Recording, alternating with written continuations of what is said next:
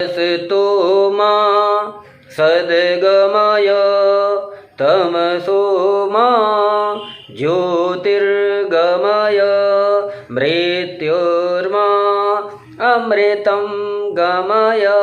सनातन धर्म प्रेमी मित्रों, हर हर महादेव, जय मां अम्बे। भारतीय ज्योतिष संग्रह परिवार में आप लोगों का पुनः हार्दिक अभिनंदन है। आशा करता हूं कि आप लोग भी कुशल मंगल से होंगे।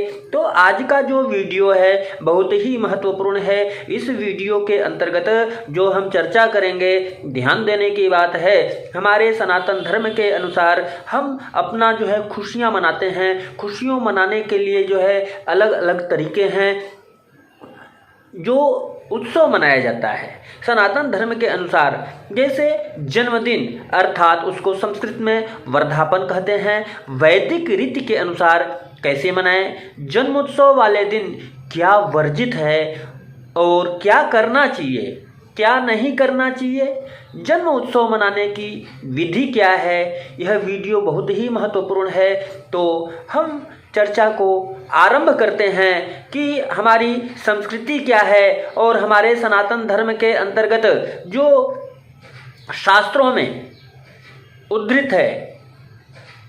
तो सर्वप्रथम अगर हम जन्म उत्सव मनाते हैं, अपने जन्म का उत्सव मनाते हैं, तो वैदिक परंपरा है। आजकल का कल्चर क्या है कि जो है कैंडल जला दिए, मित्रों को बुला दिए, ताली बजवा दिए और कैंडल को फूंक मरवा दिए, यानी कि जो कैंडल जल रहा है उसको फूंक मार करके बुझा दिए। यह पाश्चात्य पद्धति है। और हमारा कल्चर क्या है, हमारी वैदिक पद्धति क्या है? कहा गया है सर्वैश्च जन्म दिवसे स्नातो मंगलवारिभिः, यानी कि जन्मदिन जिस दिन है उस दिन सुबह में उठ करके मंगल स्नान करना चाहिए। मंगल स्नान क्या है कि जिस जल से हम स्नान करें उस जल में हमको थोड़ा सा हल्दी डाल देना चाहिए, थोड़ा पीली सरसों डाल देना चाहिए।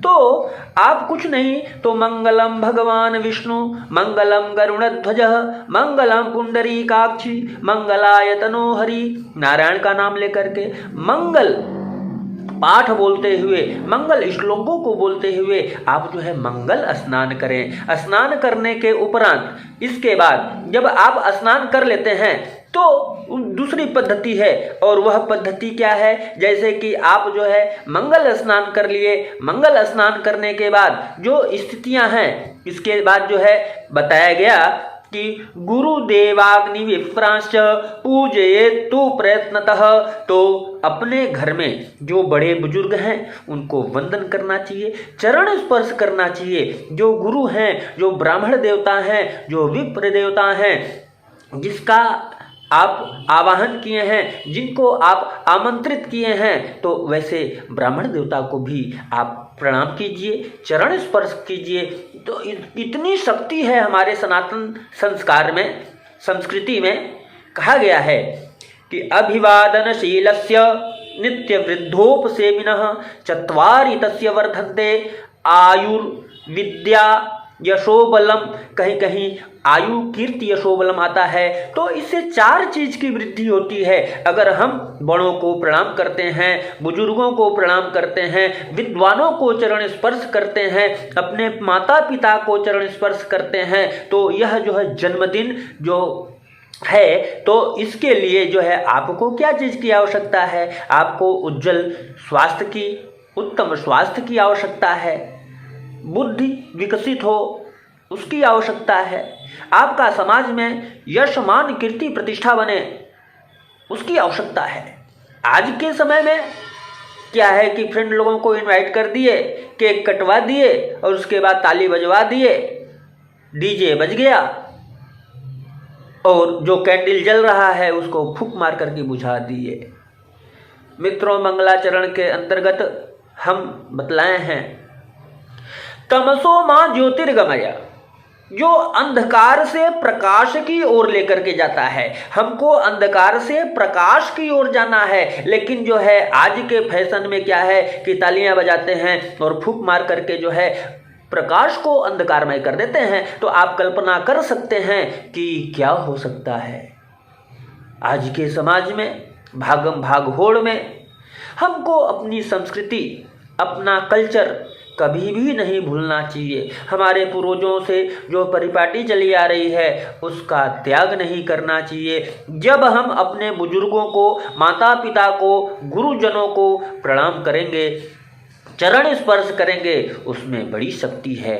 और इसके बाद आगे की प्रक्रिया क्या है, मैं शास्त्रोक्त प्रमाण के साथ बात कर रहा हूं कि देखिए हमारे सनातन संस्कृति में कितना बल है। गुरुदेवाग्नि विप्राश्च पूजयेतु प्रयत्नतः, प्रयत्न करके इनका पूजन करना चाहिए, अभिवादन करना चाहिए, शीलता रखना चाहिए, वृद्धों की सेवा करनी चाहिए। इससे 4 चीज की वृद्धि होती है, आयु, विद्या, यशो, बल। अब जिसके पास ये 4 चीजें हैं उसको आप समझ सकते हैं कि इस संसार में कुछ भी दुर्लभ नहीं है। अब इसके बाद देखिए शास्त्र क्या कहता है, अपनी सनातन संस्कृति क्या कहती है कि स्वनक्षत्रम वित्तपम च तथा देवम प्रजापति। अब आपको क्या करना है, जन्म दिन मनाने के दिन स्नान कर लिए, स्नान करने के उपरांत जो बड़े बुजुर्ग हैं, गुरुजन हैं, ब्राह्मण देवता पधारे हुए हैं, उनको आप चरण वंदन कीजिए। इसके बाद जो अपना नक्षत्र है उन नक्षत्र की पूजा कीजिए, और जो आपकी कुंडली है विप्र देवता से आप जो है वर्षफल बनवा लीजिए, और वह उसका भी पूजन करना चाहिए। और जो आपके कुंडली में ग्रह हैं, सूर्य आदि नवग्रह, वो ब्राह्मण देवता से दिखवा लीजिए। इसके बाद जो भी शुभाशुभत्व स्थिति है उसके निमित्त जप इत्यादि करा करके हवन करवा दीजिए। इसमें बड़ा बल है, सकारात्मक ऊर्जा शरीर में बनी रहती है, और यह विधि है दीर्घायु कामना के लिए, उत्तम स्वास्थ्य के लिए शिव जी का अभिषेक जन्मदिन के समय अवश्य करना चाहिए। शिव जी का अभिषेक अवश्य करना चाहिए मित्रों, इसके बिना हमारा जीवन अधूरा है, बिल्कुल अधूरा है।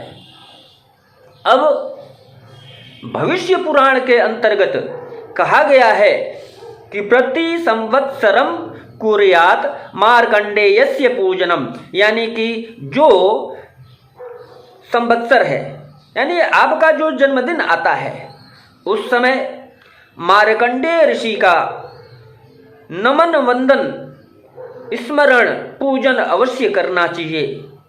ततो दीर्घायुषम व्यासम रामम द्रौड़िम कृपम बलिम, ये देखिए नाम है। प्रह्लादं च हनुमंतं विभीषण मथार्चयेत, स्वनक्षत्रम जन्मतिथिम प्राप्य संपूजयेत नरः। तो इन महापुरुषों का आपको ध्यान करना चाहिए, स्मरण करना चाहिए, उनको नमन करना चाहिए। कहा गया है, हमारे शास्त्रों में कहा गया है कि अश्वत्थामा बलिर्व्यासो हनुमांश्च विभीषणः कृपः परशुरामश्च सप्तैते चिरजीविनः। यह जो है अमरत्व को हैं, प्राप्त हैं, तो जो जैसा होता है वैसा ही मिलता है। तो हम जिसका स्मरण करते हैं, जिसको नमन करते हैं, जिसको वंदन करते हैं, वैसा ही हमें प्राप्त होता है। इसके बाद जन्मदिन वाले दिन ध्यान देने की बात है, सतिलम गुड़ सम्मिश्रम अंजलर्घ्य मितम पयः। अपने जो पूर्वज हैं उनके लिए आपको क्या करना है कि तिल के सहित सतिलम गुड़म सम्मिश्रम अर्घ मितम पयः, यानी कि सूर्य नारायण को थोड़ा सा गुड़ डाल करके तांबे के लोटे में गुड़ डालने में उसमें आप अक्षत डाल देवे।